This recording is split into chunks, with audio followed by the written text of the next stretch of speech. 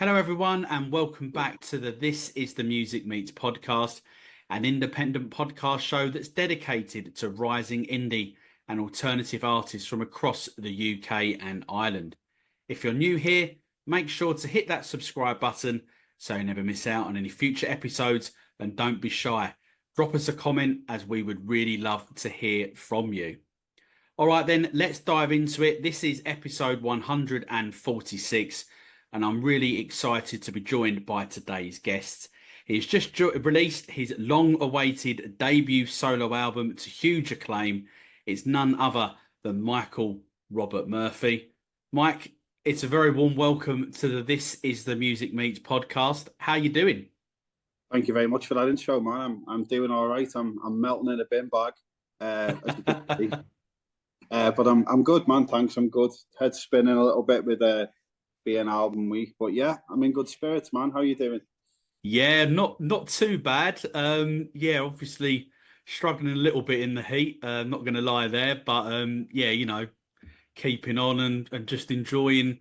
Obviously, not just your new album, which obviously we're gonna dive into in a minute, but all the great music that seems to have been out at the minute, because there is a scene building personally, I think, at the minute. Yeah. There's obviously with the day job, helping independent artists as well. See a lot of good stuff coming through. But yeah, everyone's kind of feeling creative and feeling, I think just kind of expressing maybe frustrations, but also a bit of happiness as well. I think, which is what I think we get a bit too caught up in the downers, don't we, in England sometimes? So I think people are trying to hopefully, try and aspire with some of the positives we have left anyway. But yeah, man, completely agree. Yeah. I think you're right there. We do like to look for the negative in things, or try and bring people down, which is a little bit strange, shall we say? But let's get right into it then, because as I said there in the intro, the debut album has just been released. Debut solo album. It's called Chaos Magick. So first of all, let's start off with the title then. What does it mean? Does it mean anything? And kind of like, how does it maybe tie into the like the theme of the album, or sort of as a wider perspective, your own sort of like personal journey to have got to this stage where we are today? Yeah. So first and foremost, it's definitely, I haven't joined the cult, or there's no reference to any religious practice. It's literally a title that kind of made sense. I wasn't conscious of the title going into this. This whole project was like, I had the songs, but I didn't have, for the first time, a definitive idea of how it was going to sound on the other side. Yeah. The fun for me was getting into the studio with Liam Power, by the Sea, who co-produced with me, and at the home of Alex Ford, Blaggers Records, at his home studio in Raby, we're all to literally just go down. I keep saying rabbit hole. You'll hear me say that a lot. But if I'm going to give a label imprint, it'll be Rabbit Hole Records. Away from anything I'm doing with Blaggers and Aviate Records. But yeah, it was literally kind of one of the final, not final decisions, but near the end of the process. It was like, I did have a title in mind, like a placeholder title, and it was just very obvious. It was an old Wicked Whispers song title that was knocking around, that just like almost psychedelic sounding for psychedelic sake. And it's like, no, I need something that really sums up what these songs are and how they're sounding. And the journey, and I think not just in my life generally, but I am I can be a bit of a weirdo in my head with certain things about how I kind of take things and how I process things, and how I kind of manage the day to day. I'm very conscious of positive and negative energies in the world, and not to sound too hippie here, by the way, because not me. But this is just me answering your question. So I guess that translates a little bit into the songs as well, and the journey of the album very much was that. There's a lot of amazing nights and amazing days recording this, and there's a lot of horrible days and nights with technical issues or logistical issues, and we're trying to get the album done, and then there's another setback, and it was, at times very frustrating. But then, we could write literally 10 books on the process of what happened. So Chaos Magick was a thing I'd heard it before the term, but it kind of came up again. I was like, I like the way it's like 2 words. You know, a lot of iconic albums are like very bold 2-word statements, and yeah, I kind of came from that. Really thought, let me sit with that a little bit and let that sit next to the tracks. So when I was listening to mixes, I then have that at the top, and I went, really like that. And then as you know, as usual, I'm kind of thinking of the marketing of it, and I thought, well, you know, that opens up a lot of possibilities on how we can really push and market the album, which it's been, you know, really great to do. Particularly with like Ian Skelly doing the illustration for the cover, you know, it gave him a lot of insightfulness and imagination and what he could apply to that cover. And likewise, stuff we've done through the video content and the stuff online. So yeah, that's it in a nutshell, really. And I still really like it. I feel like it's not the most unique phrasing ever, but it really sits well with what it represents.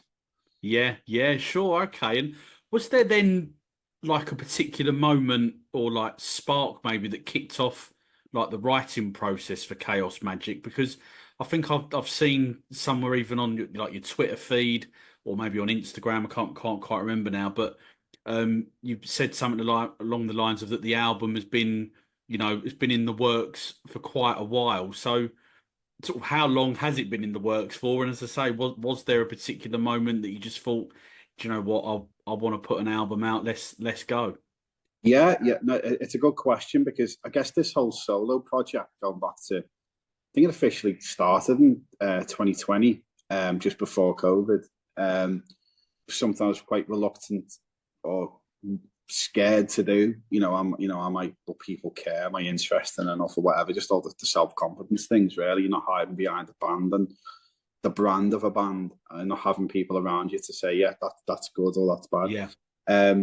So with the first EP, the Metamorph, it was very much like kind of taking it step at a time. So I just had like a small batch of songs. Then I went into the studio with James Skelly of the Coral, Park Street, and did 2 tracks, Puzzles and Holding On.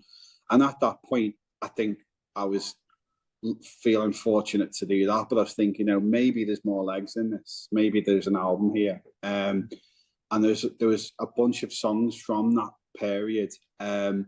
And then COVID happened, and then there was a few things going on personally, and I kind of lost me mojo a little bit with it. Mojo, just like the enthusiasm, the fire to do it. Felt it. I was just feeling a little bit flat. And then it was kind of like after that meeting, Alex, who runs Blaggers Records, who had the studio, and reconnecting with Liam Powell after a few years. It was like the idea of doing an album project, and I wouldn't have to worry so much about finding the money to pay for studios, or he very kindly let me use his studio, and Liam wanted to do a first producer credit or co-producer credit. So it's a bit of a guinea pig project idea, really. That's where it began. And I literally wrote, apart from Square 2, which was a song with a different title from that James Skelly session batch. Right. All your songs were wrote from that point. So 2023, I think it would have been. So but that was important. I think it couldn't have been older stuff. It had to be new stuff where I was feeling excited and, kind of not treading new waters dramatically so, but just kind of getting, write more songs on the bass, or kind of bringing more kind of modern kind of psych sounds in with, synths and stuff like that. So they're all relatively a new batch from there. And some, it's weird that I was thinking that I was writing a Q&A today for a magazine, and someone asked me about, what's my favourite song on it. And that changes all the time. But like in a Dream That Holds the Key, a lot of points, people who have friends and followed me music for a long time have said that could be the best song I've ever written. I don't know whether that's true, but what I would say is that it's songs like that took me 10 minutes to write. It was insane, very, very quick. Lift the Curse, I wrote that on a bass and then just tracked it, and it was done in like 2 or 3 hours at home, really. And then we moved it into the studio, and then we kind of, added a couple of bits and, added the flavour in the mix. So I loved that quick side of the process was great. It was just the mixing and the taking it from very, very low-fi to reasonably lo-fi is probably what took a bit of time. Yeah. And when you're writing, do you like when you've like you're saying there that some of them took you like about 10 minutes to write, do you ever go back and then like revisit it and go, oh, hang on, that only took me 10 minutes to write, whereas say another song might have taken, I don't know, an hour, 2 hours or whatever. Do you ever go back and look at the lyrics before you just go, right, that's it, I'm ready to get in the studio and recording it? Oh yeah, yeah. My process is like get the music and placeholder lyrics. Sometimes like I'm mumbling nonsense, I mean, it's probably quite funny to listen to some of them really early kind of bits. But in the vocal take, I'll sing whatever garbage you need to get the melody and get the weaving right. So once that's there, I'll just quickly go away and just fine tune the lyrics. So from that point, I'm quite passionate about getting them lyrics meaningful and right. Sometimes I just kind of blurt them out and they're there, particularly choruses and stuff, but like just getting those verses on point and they're making sense and it's part of it. A song is a little bit like a story, isn't it, or a poem. It just needs to kind of make a little bit of, there's a point to what I'm singing about, not just like, a lot of 90s music, which is great, but a lot of pointless ranting but just throwing words together seems to be the thing. There's a bit of a resurgence of that recently as well, which amuses me because my first band, Terrain, when I was 18, I did the exact same thing. But again, you're right. Sometimes, like, I'm quite comfortable in that now, whereby once I'm happy, I wouldn't let it go unless it's perfect. Yeah. Particularly lyrically and vocal delivery wise. So, there's nothing on this album I'll look back and go, oh, I wish I'd used that lyric instead. I wish I would have done that. There is things in Wicked Whispers I could sing to the cows go home about. That studio wouldn't have done that. I don't think we ever, in truth, and the lads will tell you, I don't think we actually ever got it right, really, until the very end, sadly. Right, okay. In our eyes anyway, but maybe people won't see it from that point of view. They just hear that one definitive final thing, don't they? But yeah. Us artists, we could be chipping away with 100 versions before we decide on one. Yeah, it is actually quite. I've been fortunate enough with a couple of bands that I know from where I'm based, and they've invited me down to the studio. Actually, it's been quite interesting watching them work and seeing how they lay, from the drums and then the bass and the guitars and all that. And obviously, as as you rightly pointed out, as a listener, you generally have no idea how the process actually works. You think everyone just goes in, and I know some bands have recorded like actually live in the studio and stuff, but it's quite an interesting process actually to hear about it as well. Yeah, and you can work with a producer who knows the studio well and can advise on what they think is the right way to approach it, but there's no correct way. There's no seamless, perfect approach. It's just like, let's hope for the best and see how that turns out, but you have to make certain decisions like, is this band going to record live in a room? Is that what we're going for? Or is this going to, sound a bit more kind of, upscale production tracked? But yeah, you just got to, and with this, obviously, it's not a band, so it couldn't have been that. It was tracked, but, kind of in a way made it easier because it didn't have to kind of rehearse stuff with a band. I played most of the stuff on it and then just brought players in for the odd bits that I needed. Like Ian Skelly did drums on the Coral, he did drums on 4. Another mate called Magick did 4 tracks drums, and Paul Malloy from the Coral did a couple of bits, and Will Sargent from the Bunnymen, he did 1 track. But and by the sea, Liam Power, he did like a couple of bits here and there as well. But aside from that, it's just me kind of chipping away. So I made it should have made it easier in one way. It's just all the other mad things that happened is what the late things. It should have been quick, but it wasn't. and just comparing Chaos Magic to sort of a couple of your previous releases you've put out. Obviously, you just mentioned it a little while ago. Obviously, the EP in 2020, Metamorph, and then 2023's Lost in Time. Do you feel that, like, sonically and lyrically, are there similarities between the 3 releases, or do you feel that you've kind of evolved because that's where you were at that particular moment in time with your writing and your music? It'd be nice for people to tell me, really, not to be dead lazy on that question, but But I think when I've listened back, Metamorph's for example, that was the first solo EP or the first project, and going alone, I wanted to purposely strip it right down to the songs. That was intentional. Yeah. Very raw and vulnerable and a little bit drier. And Alec Britz, who did that at his wonderful studio in Liverpool, The Cabin. I needed someone to say, hey, you can actually write good songs, man, and let's work together. And I think I needed someone to say that. Confidence was in the bin.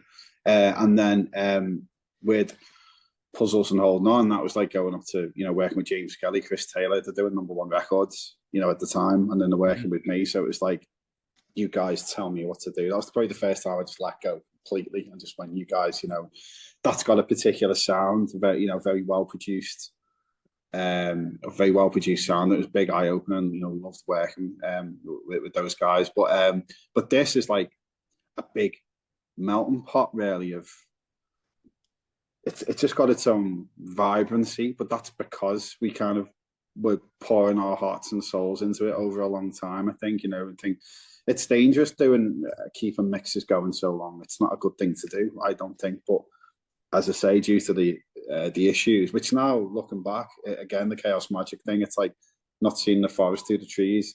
I'm glad it did, because this is where we've ended up. But at the time, it was like, a bit frustrating, as I was saying. But I think the product, like when you listen back, it was only meant to be. I was a guinea pig lo-fi project in someone's farmhouse, and it sounds like it's a much bigger thing. I could have went to Air Studios or something, and would have sounded a bit more well produced. But I don't like that. I like lo-fi. I always have liked it, and I like the freedom to, if I want to do something a bit mad, or what I may consider mad in a portion of a song, and it not sound too weird, and I can kind of just put my flavour to things, then I think I'm happier for doing it that way. But I think like everyone's saying, I think it seems to be the favourite stuff that I've done solo so far, and I guess that's super important as well. I think it shouldn't be a bit like, I think there's one review, forget who said it, but they've said I think it's someone on Gig Sluts or something, and they said, it's been a 5-year journey to get to this, and people who like my music will not be disappointed. In fact, the opposite. It's a bit like, wow. So, let's see what more people say. Brilliant. Well, I'm sure there's going to be more plaudits like that along the way. But one of the things actually that I was sort of, quite interested in and sort of excited actually to read about, when I've seen, some of the single reviews and stuff like that come across, is obviously on Chaos Magic. You've obviously collaborated with members of obviously the Echo and the Bunnymen, and obviously the Coral as well. So how then did those collaborations come around? Have you known those members for some time? Yeah. I mean, they're all. Not well, with Will Sargent from the Bunnymen. I've known Will for a long time. He was kind of there at the beginning of the Wicked Whispers. Actually, he when we were putting that band together, I hadn't even got a drummer yet. It's just like we just sounded cool on paper, and I was looking for some early gigs and to warm the songs up. And he started like a club night in town where he was DJing, and he wanted the Wicked Whispers to be like the resident band. So to be him DJ, and we'd play some songs and to be like a unique thing. And so I'd met him when I was very young, because there's a place called Crash Rehearsals, and starting out in a band, and you're in a room, and it's just like, it's like Echo and the Bunnymen next door rehearsing. That's what Liverpool's like. It's crazy, and that's how I met the Coral as well. Right. Whiskey Headshot, and we're in a rehearsal room called Elevator on Cheapside in Liverpool, and it was literally like a group of us, like family. It's like the Coral upstairs, and the Zootons and the Stands and the Bandits, and there was something kicking off, and I was kind of a part of that, but I wasn't one of the bands that got signed and went on to do great things, but kept friends with everyone. But then I guess as the years went by, people come back into your life. With Will, the Wicked Whispers did dates with Echo and the Bunnymen as well throughout our career. And I've always kept in touch with various members of the Coral, but with my day job working in ThisIsTheMusic and supporting artists and signing artists to Ditto's label services, it was kind of things came in roundabouts, really. Everyone kind of has a lot of trust in me from an independent point of view, and looking after the music and putting out various projects and things, and kind of, you know, in roundabouts working again with, or having, you know, beers with Ian Skelly and catching up with him, and, you know, working his solo albums. So I kind of led campaigns at Ditto for his music. Likewise, Paul Malloy, the Coles, released 2 records done through Ditto. So it's just kind of like, I guess, that reciprocation of, like, you know, they've got a lot of trust in me from that point of view. And when I kind of mentioned the album, you know, as they probably would have anyway, you know, do you like what I do, like me music, and you know, but still very, like, you know, wow, you know, the fact that they wanted to give time to come in on this project is still mind blowing to me, you know, because I think when you're not in a band, asking people to come in and do, you know, do drums for you or bass, it's a big ask, you know, particularly when you're not 21 anymore and you know, over 40. It's a bit like, well, you know, you appreciate people's time, you know, and so, you know, an honour to have them all, you know, give their time on this. And most of all, like, you know, Liam Power as well, you know, for the hours and hours and, well, the days, the weeks on end. If you quantified the time he's put in, it'd probably make like 2 or 3 months, you know, if you didn't sleep. You know what I mean? You know, he must like me. He must like the music. Otherwise, I don't think his wife would be speaking to me. And she is. Brilliant, great stuff. And how then did you find, you know, the process of working? Obviously, you know, just to recap for everyone, you know, obviously Will Sargent, Ian Skelly, Paul Malloy, and obviously Ian Mack, and obviously Liam as well. There, Lee, that you just mentioned as well. How did you find that process of working with them? Were they coming up with, obviously, as you know, clearly very accomplished musicians? Were they coming up with ideas for the tracks, or were they, you know, very much being, you know, it's your album obviously, but being very led by what you wanted it to sound, or were you quite open to that? Yeah, I mean, Ian Skelly's the best example. He still is one, if not the best drummer in the country. He is, you know, he's. I don't need to tell him how to play drums. Yeah, no, sure. You know, it's little things like he comes.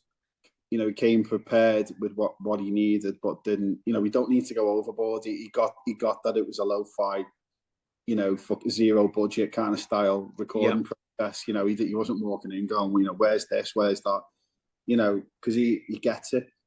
So coming into the studio and he's set up within 20 minutes, and then, you know, let's listen to the track, and then he's just putting ideas down. He didn't really need to do much prep because he wanted to just hear it in the moment and then just start putting ideas, but still respectfully saying things like, you know, let's make sure Mike's happy. He used to say that, I could hear him say that to Liam, you know, and for me, again, you know, what he's done as an artist is just like that respect that he's got, but at the same time, him knowing I respect him and know how good he is, and know that, you know, I listen to him and his input's super important. So I guess it's that, like, you know, that synergy of that.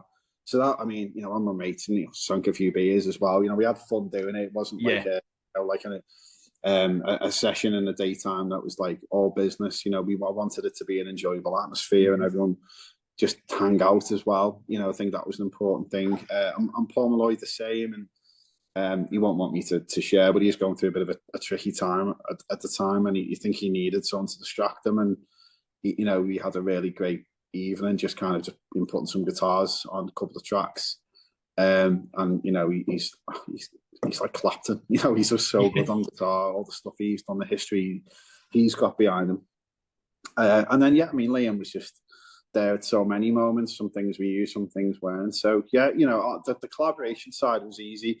Will didn't come into the studio. We just sent that online, and I mean, there's a beautiful story. I hope you won't mind me saying this, but like, I didn't think he'd like the track as much. I thought he'd be like, if he's going to do me a favour or not, you know, well, let's see. And he said he was interested, but he hadn't heard the track yet. And I thought, you know, this could take months, and I can't push him because I'm asking for a favour. And then I think he was working on the Courtney Love album at the time. Okay. He was involved in, and he said, "Oh, we'll put that there. I want to get into this. I'm really loving this tune." So for me, that was like, wow, okay. Wow. You know, it must have just like been right up his street, I guess. You know, so he was in the moment and wanted to get stuck in. So that was, again, can't thank Will enough for that. And he didn't just do a bit of guitar on that track. He transformed that track. He put his flavour over that completely. You know, he made it a psych rock record, Whispers on the Wind. So yeah, like super happy. So yeah, in all, it was the collaborations couldn't have been any easier, which is great. Yeah, sure. Yeah, so it sounds like you had you're saying there it was quite not casual, I'm trying to think of the right word, but like a relaxed atmosphere as well, which I guess probably makes it easier for people, people to come in and just go, right, they, do whatever it is that they need to do for the session. And yeah, they were like the Magick side of it, the chaos stuff, that other stuff, but that was you can file it under the Magick. Yeah. And talking of which, do you prefer the chaos in the studio, or do you need, that structure for when you're in there? What do I say? I don't know. At the time, no. I hate the chaos. But then when you look back in it, it's something to talk about. Or it's like, oh, do you remember when that happened and it happened? And, you just wouldn't believe some of the madness. Honestly, it's like little things, logistical things, or some of it was like, I can't believe that's happened. But just like so much of it. But yeah, in retrospect, I suppose it's good and maybe a bit cool rock and roll here and there, but in the moment, no, it's pretty horrible, and it's easy to get stressed and frustrated. But then you just got to put your perspectives in order that people are wanting to be involved in this. It isn't a band; it's they're trying to make something that my name's going to be attached to. So it's just kind of keeping patience at those moments, best I can. And it's things beyond people's control. I say tech issues sometimes, or logistics. Everyone's got their own lives, me included. Obviously, full-time job, 2 kids. It's not like when I was 25 and it was like, this band has to succeed. I am going to be number one. I used to believe that, and that's great. You need that belief. And it could happen, but now it's just like I'm doing it just because I want to and I enjoy it. And when I'm not doing it, I'm not as happy, which is another thing. So it's been good that this has been in my life for the last couple of years. Yeah, sure, definitely. And obviously one of the things that again I think is fantastic to see with the album. Obviously, it's the artwork because for me it's really striking and really stand out. When you are looking at it and sort of really, I think, gives you a bit of a sense of maybe what's to come when you do eventually comes around to listen to it. So kind of like really 2 questions here. Firstly, sort of like in an age where sort of streaming is king and the artwork is effectively a postage stamp, effectively.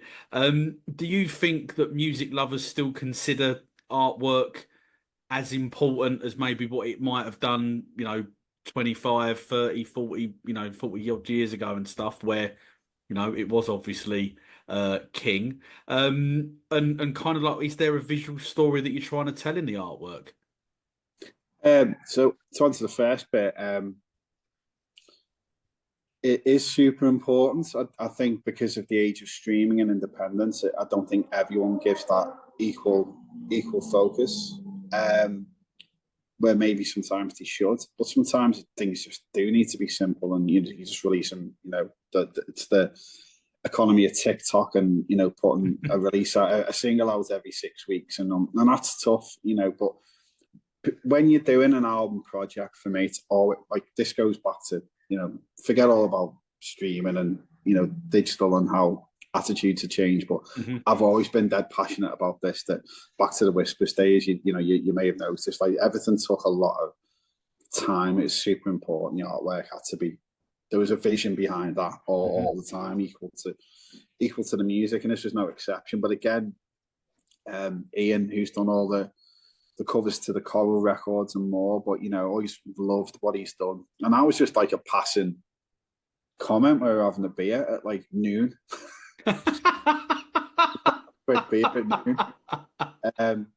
Let's meet up, have a coffee, and we both looked at each other and just started laughing and went, "Oh, what are you having? A pint? Yeah, oh, yeah, let's be sensible here." And then we're talking, and I think I just said, like, I think I had someone, I was chatting to someone about, whatever, and he said he'd do it, and I was like, okay. And then for a few months later, I messaged him and said, "Do you remember saying that?" he's like, yeah. And I was like, oh, great, you know. And I think the visual ideas, you know, he got it. I didn't have to explain it to him too much as well. He got it perfectly, you know. I mean, there's a bit of a not so much tarot specifically in the culture of that, but Live and Let Die. I love the artwork for the original poster that came out in it was that late 70s, early 80s when it was. And Tales of the Unexpected. And these were things that were like fed into the brief for the Lift the Curse video as well. Right. So it was kind of like aiming somewhere towards that. You know, it almost is like, a late 70s James Bond, like kind of, you know, hand drew movie poster kind of vibe. Yeah. But I wanted there to be space. So there's a lot of chaos within the circle, but outside the circle it's quite clear. You know, maybe that could represent the magic. So there's again, I don't know whether that's an unconscious thing, because I just said to Ian, you know, like Love's album and stuff like that. You know, it's like the white with a lot of space, but then there's like a central point with lots going on. But there is a bit of a yin yang kind of idea thinking about it like that. But to make it cream as well, not white, because I wanted the vinyl to be cream. You know, again, given that space. And then, I was conscious of how it looked as tiny as that, but as big as that. But like the what I prepared earlier. It just like holding it in your hand and like, you know, and then I said to Ian, wouldn't it be great if we did a gatefold and there's a playable board game inside? Has anyone done that? I don't think so. So it's like, well, let's do that. So AV8 and everyone over that label, I've had it up to there with me. We need player pieces, we need to give a dice, we need all these things. But, you know, Ian did all this as well. So, you know, the concept and the branding of the title, you know, give it its own branding rather than just like using that twice. Yeah. That makes sense. So all these like little things that, you know, are super important. So they always marry off hand in hand to me, the physical, someone like holding the vinyl. But, you know, when you see it on socials or when you see it on the DSP, like I looked on Spotify this week and now the album's out and the singles and that, it all looks really good. It looks like it's a part of the same story that you're telling. So super happy with that. Yeah. Well, it looks. Haven't quite got around to buying a copy of it myself. Waiting to get paid at the end of the month. But it looked as the first time I've seen the inside of it, and that's really cool and obviously different, and you know, another sort of, you know, talking point within the music that obviously is going to follow on that. Yeah, man. There's so with the tarot cards as well. I think doing it. I had these done. So each song's got like its own title card, and then you click on that with your phone, you can read the lyrics. Yeah. Right. Just like that. But that looks like I've paid someone $5,000 to do like loads of pictures. Each one's a different image, but what can I say? ChatGPT, God bless you. Honestly, I cheated. I'm so sorry. But we don't have any more money. Works though. Yeah, no, absolutely. I mean, there was obviously that little trend, wasn't there, on socials? A few, I can't think about two. I don't know. Time seems to go so quickly, but like a good couple of months ago, where everybody was doing that. The whole, you know, what's it called? Like the Action Man style. I mean, I did it, and I was like, I wish you wouldn't have done that, because then every Tom, Dick, and Harry was doing it. I'm like, looks like I'm on a bandwagon now. And it didn't. I could see in a couple of them, and I thought it was funny, but then like, literally everyone did it. It's kind of not funny anymore, is it? No. It had its moment for probably for about a week, and then that was it, I think. Yeah, and obviously to help promote the album. Sorry, I should have said the album obviously came out last Friday, and obviously you played a album launch show at Future Yard, even in Birkenhead. How did the show go for you, and have you got any plans to maybe to go out on the road, later on down the line with the album? Yeah, well, I'm going to be really honest about this. I spoke to my wife, Natasha, and I'm sure she won't mind. But the show was great. It was done in Birkenhead, which is, for those who don't know, like Liverpool, literally across the water through the tunnel, and that's the Wirral, and that's where the album was recorded. So that was the reason behind that. And it's a fantastic venue. It's a community project venue to help regenerate the area and bring opportunities for young people. So really was on board with doing it there. And by the way, one of the best sounds we've had at a small capacity venue. Right. The show itself was great. I suppose you should talk about the lineup as well. So I mean, I've got Edgar Jones doing bass, and he's an absolute legend. He's worked with Johnny Marr, Paul Weller. One of his solo albums, Soothing Music for Stray Cats, is not one of Noel Gallagher's favourite albums of all time.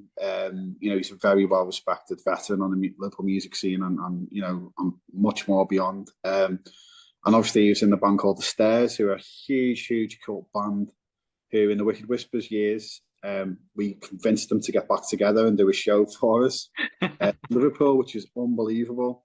And I guess he's like remembered all these things, and I've known Edgar for a long time, and couldn't believe he said yes to doing bass. I mean, he's one of the best bass players you'll ever work with. He's one of the best musicians, full stop. So such an honour. Mark Rice from the Heavy North. He's on drums, and again, he's non-stop at the minute. Such an amazing drummer. So right away, you've got like the best backline you could imagine. Yeah, definitely. Behind, so. And because we didn't have a lot of time and there wasn't much money, it was like, well, I think you need people who are just going to come in and, just smash it, fairly quickly. Matt Gray on guitar, who has done kind of nearly all of me live bits I've done since being solo, great guitar player. And a lad called Gary Moonbirds, who's called Gary Moonbirds because I always don't mention his surname, and he's got a project called Moonbirds, but he come in and has done unbelievable organ. So a great kind of combo there, and a future that was fantastic. But sadly, my father-in-law, my wife's dad, suffered, I guess you'd call a mild heart attack towards the end of the show. Oh no.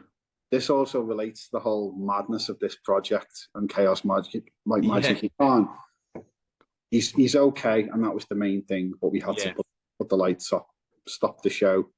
There's literally like 2 or 3 songs towards the end, so that wasn't as bad. But having to jump off the stage and make sure Natasha was okay, make sure he was okay. But yeah, he's fine. He's recovering, resting. But like that was quite a moment. So I had to basically cancel. We were doing one in Glasgow, and we were provisionally going to do something at Wax of Beans as well, but that was probably not going to happen anyway. But yeah, so I've had to kind of put them on hold. So we're going to reschedule and do some more later in the year. But yeah, I mean, a couple of people have said to me, everyone's been literally half of Liverpool's been like messaging me, is Martin okay? Is he okay? I've heard what's happened. Literally got round. Like, you won't believe what happened at Mike's album launch. But he's doing fine, and as a couple of people have said, it's just another paragraph of another chapter to the book that is making this album unbelievable. But yeah, obviously we're very glad that he's doing well, and he's in good spirits. Last I spoke to him, so that's the main thing. So yeah, one of them. I couldn't have went to Glasgow, didn't want to. Just know I wanted to be close to family, and just offer me support there. So it was worth pushing that back. So yeah. Yeah, well, wish your father-in-law all the best in his recovery, because that's been pretty horrible for everyone, everybody there. So yeah, wish him, as I say, speedy recovery. Nice one. So on every This Is the Music Meets podcast, we ask our guests a series of questions that are designed to be a little bit more like light-hearted, and hopefully help the listeners just find out a little bit more about the artists that we interview. So the first batch of questions, sort of quick fire-ish type of thing, but feel free if you want to elaborate on any of the responses. So the first one is vinyl or streaming? What do you prefer? Vinyl. Can I give a bit of context? Yeah, of course, yeah, go for it. It's going to sound like a hypocrite. Of course, I love vinyl, but my job's in streaming. Yeah, and it's super important, and it's convenient. And I'm not like an anti-streamer, or Spotify should be. I like Spotify. Use it. I think it opens opportunities. I think maybe there's still a few bits that need to be a bit fairer, but I think big obviously fan of both. But no, for me, vinyl all day. Otherwise, I wouldn't put myself through or put Aviate through. What do you need to do for it? Yeah. Yeah, no, like that. Yeah. Being in the studio, or up on stage. Um, Definitely studio, I think, after after the event of Friday. No, I mean, there is a thrill to being on stage and live, but even in the Whispers days, like there seem to be more gigs than that. I always felt like, I wish we played better, or the people into that. I'd always like find the negatives in it more, and maybe that's the perfectionist in me, kind of had that working against me. But in the studio, particularly this, where you're not on a time limit, you're not worrying about money, you're just creating.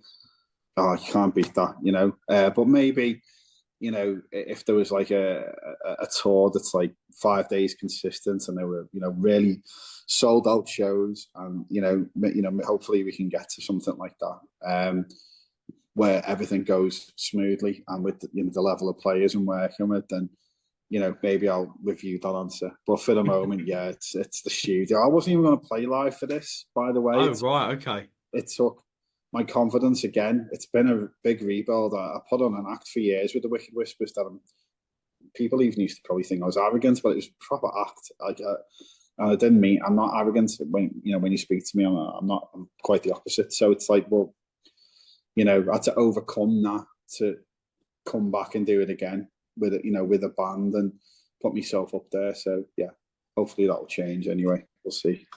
Yeah, sure, okay. And what is your guilty pleasure song? Don't ask me that. Don't ask me that. Is there too many to name? There's too many to mention. I mean, me and my wife Natasha, we have a lot of fun with this. We've got like, I won't tell you what they're called, but we've got playlist names for these, and we've got like a whole series of guilty pleasure playlists. Right, okay. I'm gonna have to give you something, aren't I?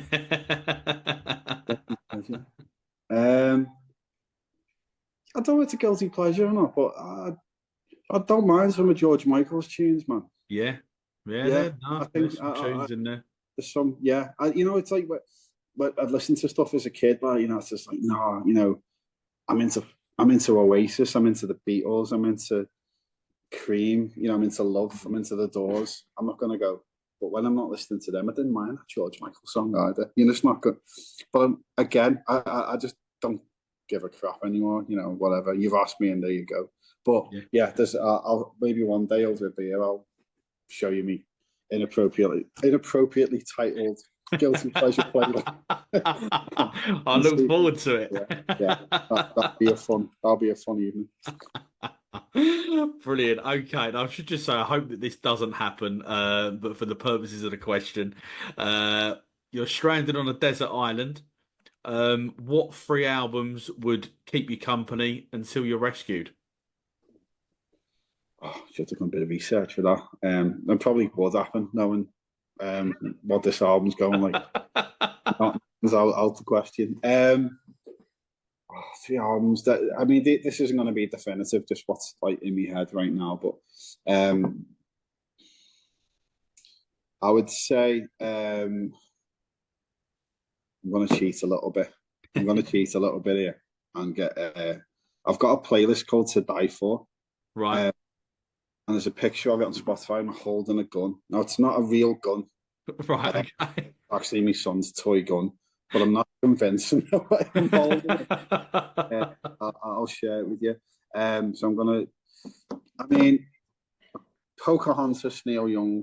Well, these are tracks. These have to be albums. Sorry. It's up to you. It's up to you. If you only want 3 songs, that's the album. Go for whatever you're. Let's do albums. No, your way's better. So yeah, I'd say Safe as Milk, Captain Beefheart and his Magic Band. Sea Change, Beck, because I'm on an island as well, and I definitely want to get off that island. Yeah. So I want to see a sea change going on as well. And the third one for today. Oh man, this is tough. This is because there's so many. But I want to answer the question. House of Gilded Sin, Flying Burrito Brothers. Always come back to that. A country rock record, but obviously in a rock star manner. But that song's always like, the songwriting. Sometimes I go back to basics. It's a lot of the pronunciations and the way the songs are structured. I always love listening to Graham Parsons and kind of, I won't be wearing like what do you call Rudy's, the Elvis-y kind of. I won't be doing any of that, but I will always be listening to it.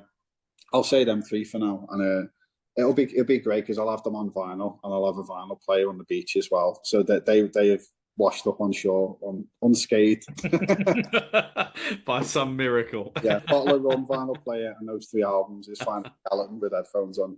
Sounds good. Brilliant. Okay, so as it is festival season, is there a dream festival that you wish you could go and play at? Like take the album out and get it out into the masses. So I guess kind of connected in some way actually to what you were just saying before about the live shows. Yeah, there's one happening this week. Forgot what it's called. Yeah, quite a big one. Yeah, I've never played Glastonbury. It's probably too late to go on this year, isn't it? But I'd like to do Glastonbury. I'm not a big fan of, and I know a lot of people are not going to like me for saying this, but I'm not like a good sleeper, right. Which is probably, maybe that's a good thing now. But yeah. I struggle with tents. I don't like being in a tent. Mm-hmm. I had a few mad things happen, like literally with Whispers time. We've been on tour playing like smaller festivals, and some crazy things happen. Got some stories there for you, but in short, just never enjoyed that side of it. So I always hesitate with things like Glastonbury, and as a result, never end up going. But maybe that's something I need to change. But so that should be an obvious one. The Isle of Wight Festival looks really cool. It's just so far away, isn't it? And you got to get a ferry to it and all that. But I need to get over for that, even just to spectate or play. But yeah, one of those would be great. And Green Man, I've heard lots of great things about that as well. Yeah, big good one. But there's so many cool, like I call I don't know whether you call them like mid-level festivals, but like got their unique thing going on, but getting more and more popular. I mean, there's so many to mention. But I used to love that Number 6 festival. Do you remember that? I remember hearing. I always wanted to play that. And I thought we were the perfect demographic, the Wicked Whispers, and it's criminal that we didn't get to play that. Bit gutted, but that's gone now anyway. But Glasgow and Isle of Wight, they'd be good to do. Yeah. I fortunately went to Isle of Wight last year for the first time. And it's much bigger than what I thought it was going to be. But yeah, it's absolutely brilliant. There's so much just going on, and just being able to, bounce around the different stages and everything was just, was really cool. And although to be fair, I just mainly hung around the This Feeling tent, to be fair, just listening to all the new bands rather than the more established bands. But that's just, I think, the direction that I've personally got in. But yeah, if you ever get the chance, it's a brilliant festival. Highly recommend. Yeah, it's good. Mikey Johns is a mate as well. I should hit him up maybe, and even just to hang and check it out. But yeah, man. Yeah, doing some great things, Mikey. Great guy as well. And obviously, so what other plans then have you got in store for your solo stuff for the rest of this year, Mike? Are you looking at another single release at all, or potential for live dates as well? You've said previously. Yeah. So we're definitely going to do some more live dates. I was just going to do like an in-store tour, but after what happened, I might. And to be honest, the band really enjoyed it, and they want to do more, which is great. So we're going to try and reschedule Glasgow, and then we're going to maybe add a couple more on, and then maybe some other surprises as well. We'll see, but definitely maybe some strip back in-store level stuff as well for later in the year. So I want to give this a good 6 months to push the record. Now it's out as well. There's a video, I know it's out there, but there's a video for Cyclone coming, which has been a lot of fun to do. I've had to split out the filming due to it being just so busy, but that should be finished next week and then edited, and we'll get that out. So Cyclone will be getting like quite a big push. When I was in New York earlier in the year, I played. It's a part of New York where a mate of mine's got an apartment, and it's the same street in Scarface where they bomb the politician or try to bomb the politician. This dead random story. Yeah, yeah. But me basically standing around there and playing in the street, and the filmographer's captured the moments of it. So I'm going to do something with that. Might be a YouTube thing. But yeah, just kind of getting polished up at the moment. We did try and do it in Times Square, but that's another story for you. I can imagine the chaos probably trying to do that in there. NYPD weren't liking it, and yeah, it was just very, it was just madness. But it was right outside my friend's apartment. It was quiet, and we could get away with it, so we did it there. And then yeah, I mean, there's lots of like other bits and bobs. You know, there's some unreleased bits, demos, and stuff. I don't know what to do with that yet. But yeah, you know, we're going to give it a lot of focus over the next few months. But I've got album 2 I want to get cracking on with, and that I do have the title for, Walking In. It's the reverse idea. Right, okay. So, yeah, I've got the songs. I don't know where I'm going to record who with. There's a few ideas knocking around, but I don't want to wait too long, and I don't want it to be a 2-year process. So, well, who knows? But yeah, ideally, yeah, I think it'd be good to not wait too long. You know, I'm enjoying this again. I want to keep foot on the gas and, you know, keep moving. And people seem to be, you know, interested and, you know, kind of building some new fan base here as I'm going as well. You know, so I want to keep people on the journey with me, and I just enjoy doing it. And if it's a small handful of people love what it is, and you know, there's a great team, great label, want to get behind it, like I have had with AV8. Got a wonderful relationship with those guys. Such a big fan of what they do, and it's a pleasure to work with them. And Blaggers, who've done the digital side, Alex Ford, who had the studio, you know, working, developing that relationship, super important for me as well. So yeah, album 2, let's go. Let's keep going. So yeah, hopefully we'll start that process later this year also, and yeah, hopefully get it finished early next year, and yeah, see where we're at from there. Brilliant, great stuff. Well, I'm loving the album anyway, Chaos Magic. But to know that there's some more new music along the way, on the way even at some point, hopefully maybe early sort of, or maybe this time next year. Who knows? Is really exciting, and yeah, thank you for sharing that with myself and obviously the This Is the Music listeners. But before I do let you go, can you just let the listeners know exactly where they can find you on social media? Yeah, sure. So it's Michael Robert Murphy. I think it's on Instagram, Michael _Robert _Murphy, I think, but you'll come up. Likewise, I think Twitter's like Robert Murphy, because there's so many bleeding Michael Murphys, hence why I put Robert in the middle. Facebook, the same, should come up. But just Google me, man. Michael Robert Murphy in Google, I come up. I come up, and then there's this fella who's like this proper American, like RAF. No, I don't think he's RAF. He's a war hero from America, sorry. And he comes up, and there's all big write-ups about him, how he lost his life, and he's a huge hero. So I'm not him. I wish I would. Well, You're still here. I haven't done anything as honourable as that, but yeah, you'll see me come up anyway. Brilliant. Look, we'll put those the social media links in the episode bio, and also as well along with the link to where people can go and buy it, because it's on vinyl and CD. Yeah, there's not like loads of these left. There's like AV8 only do small runs, and all these little bits and pieces with it. You know, they're going to be gold dust one day. So yeah, you know, get your hands on them. And the streaming, as always, independent artists, super important. People adding to the playlist. You got a favorite song or a few, add them into your playlist and keep streaming. It really, really helps massively. And following on Spotify massively helps us independent artists as well. So I would really appreciate that. Thank you. Absolutely, couldn't agree with you more there about that following, and obviously, yeah, please do go out and buy the album if you can, because it is fantastic.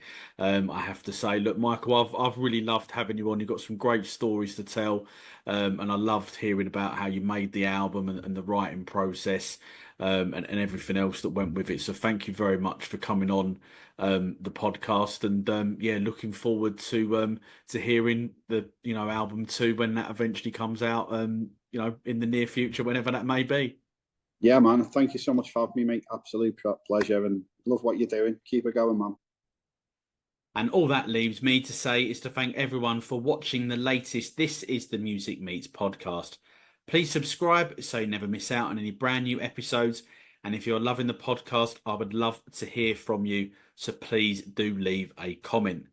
If you are listening to this episode on Spotify or Apple Podcasts, then stay tuned, because at the end of this episode, you'll be able to hear Prometheus Fountain by Michael Robert Murphy from his debut solo album, Chaos Magick, which is out now on vinyl and CD, and of course available on all of the usual streaming platforms. Do please go and listen to it, because it is truly a fantastic album. Thanks for watching, and I'll see you very, very soon for another This Is The Music Meets podcast. And remember, the future is bright. The future is indie.